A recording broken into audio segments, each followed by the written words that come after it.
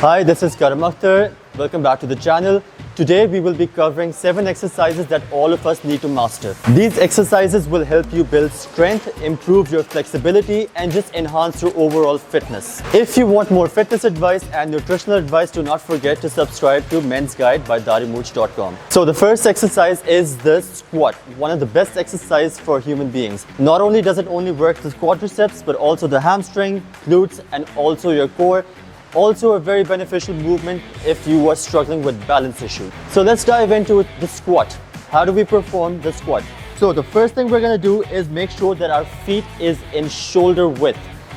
After our feet is in shoulder width, we make sure that our left toe is pointing towards 11 o'clock and your right toe points towards 1 o'clock. In order to start the squat, make sure that your hands are in your chin level because it makes sure that your back is constantly squeezed and engaged. When you initiate the movement, make sure you initiate the movement through your hips and do not start the movement with your knees. So I'm going to lower myself down. I'm going to make sure that my knees do not cross my toes. I will go just past parallel, pause for 1 second and come back up. So let me show you this movement from the side. Once again, I make sure my feet are shoulder width apart. Left toe and right toe in 11 and 1. My hands are in the chin level. I will initiate the movement with my hips. I will make sure my knees do not cross my toes. I will go just past parallel. I will pause for 2 seconds and I will come back up.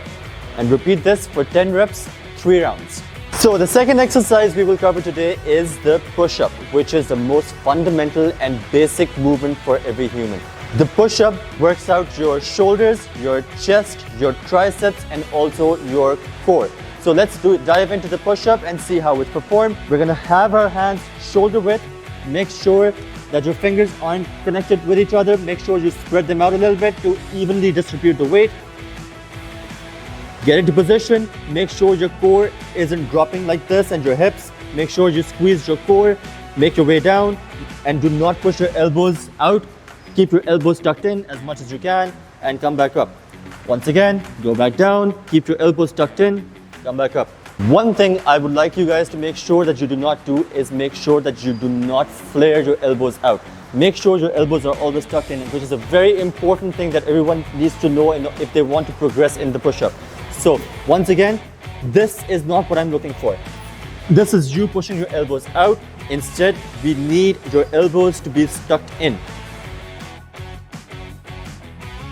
Alright, and the third exercise today is going to be the dreaded deadlift. Now, deadlift is an amazing movement for your posture, your spine, your lower back, your glutes, and your hamstrings. It is one of those exercises that can really help you in real life situations like lifting heavy objects. For example, if you're shifting houses and you need to pick up really heavy stuff from the floor and transfer it, this is the exercise that's going to help you the most. Now, how do we perform the deadlift? Walk up to the bar. Make sure that the bar is right over the middle of your foot when you look down. Keep your hands straight. We're going to use the overhand grip for now. We're going to initiate the movement through our hips just like we did for the squat. We're going to move ourselves down, not moving the knees. Grab the bar shoulder width apart. Make sure that when you're about to come up, the bar is in contact with your shins. Squeeze your back, squeeze your core and your glutes, and make your way up and back down. Once again, squeeze your core, retract your shoulder blades, your glutes, your lower back, and up and back. Alright, so for this, I would recommend about 3 to 4 sets of 5 to 8 repetitions to get started with. Alright, and the fourth exercise is called lunges. Now, lunges is once again another leg movement which works out your quadriceps, your hamstrings, and your glutes. It's also a great exercise once again for your core stability, and it is an excellent exercise for sports performance. So all those sports which needs a sudden directional change, for example, football, squash, this exercise is definitely going to help you. Alright, so let's dive into how to do the lunge. Now, there are 2 ways to perform a lunge. One is that you can stay static in the same position. Let's say, for example, if you have a very full gym and you don't have a lot of space to move around, this is for you. Alright, so we're going to have our hands right up to our waist.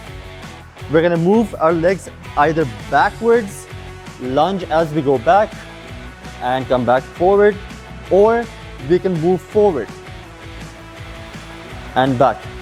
Now, make sure that whenever you're performing the lunge, that your knee taps the ground.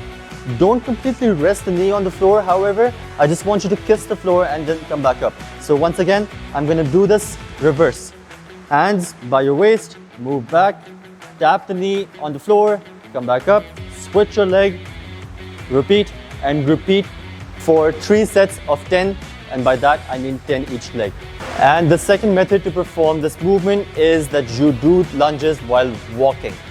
Walking lunges is our preferred method of performing a lunge because, for example, that I mentioned earlier on, that it's a very good exercise for sports performance in which directional change is required. So it's beneficial that you perform this movement while moving.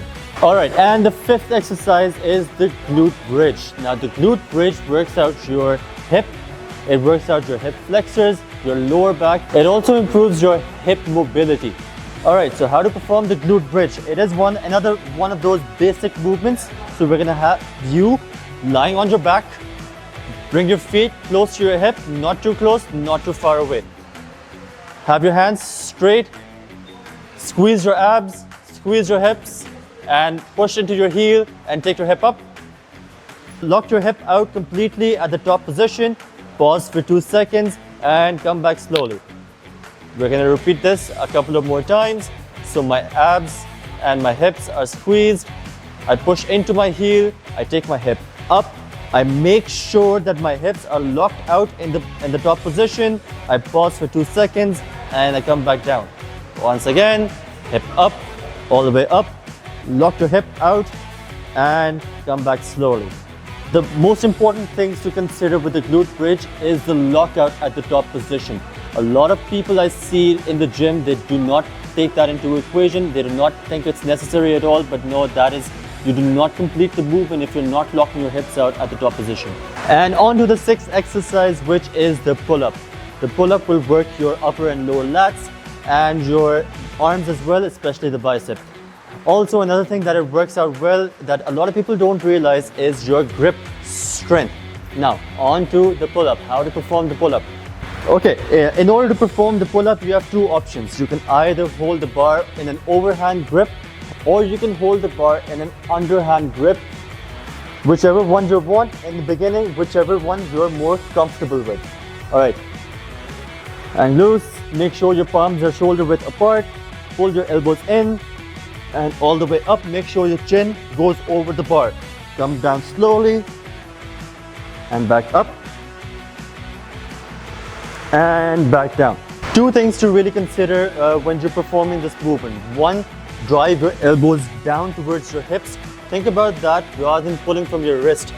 Another thing, I understand that a lot of people cannot perform this movement. They don't have the strength to lift their body and have their chin over the bar. So if you cannot perform this movement, the best exercise to do is the inverted row. The inverted row, just go underneath the bar and then horizontal bar over here. Set it around waist height. Go all the way back and bring the bar up to your chest.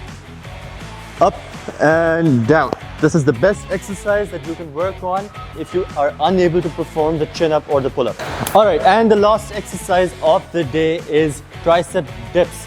An excellent exercise for the shoulder, your chest, and of course your triceps. This exercise for me is possibly the best exercise for upper body's brute strength. How to perform the tricep dip. In most gyms, you should have this attachment available. However, if you do not, we do have an alternate for you, which will come at the end of this video. All right, so we're gonna grab this bar. We're gonna go up. Make sure you're upright. To start with, squeeze your core and your hip. Lower yourself down so your shoulders are just past parallel and go back up. Lock your elbow out in every single rep that you do. Make your way back down. Shoulder just past parallel. Come back up. Make sure you are locking your elbows in the top position. Okay, so the alternate to tricep dip is the tricep bench dip. We're gonna have our palms, the lower end of our palm on the bench, the rest of it down. Extend your legs. Do not lock your knees out. Keep your knees soft. chest out, and take your hips down in a straight line. And up, we lock your elbow out every time in the top position. Come back down, come back up, there you go. Some mistakes that I see people make in the gym with this exercise is that they get confused about where their hips are supposed to go. Now, instead of taking their hips down in a straight line, they start going forward and they start using their knees to go forward. So for that, just take your knees out of the equation. Do not think about them. Just think about your hips going down in a straight line. And that's it for today. Thank you for joining us for the video of 7 exercises that we all need to master. If you want more advice, please do not forget to subscribe to Men's Guide by DARI Mooch. This is Coach K signing off, and I'll see you on the next video.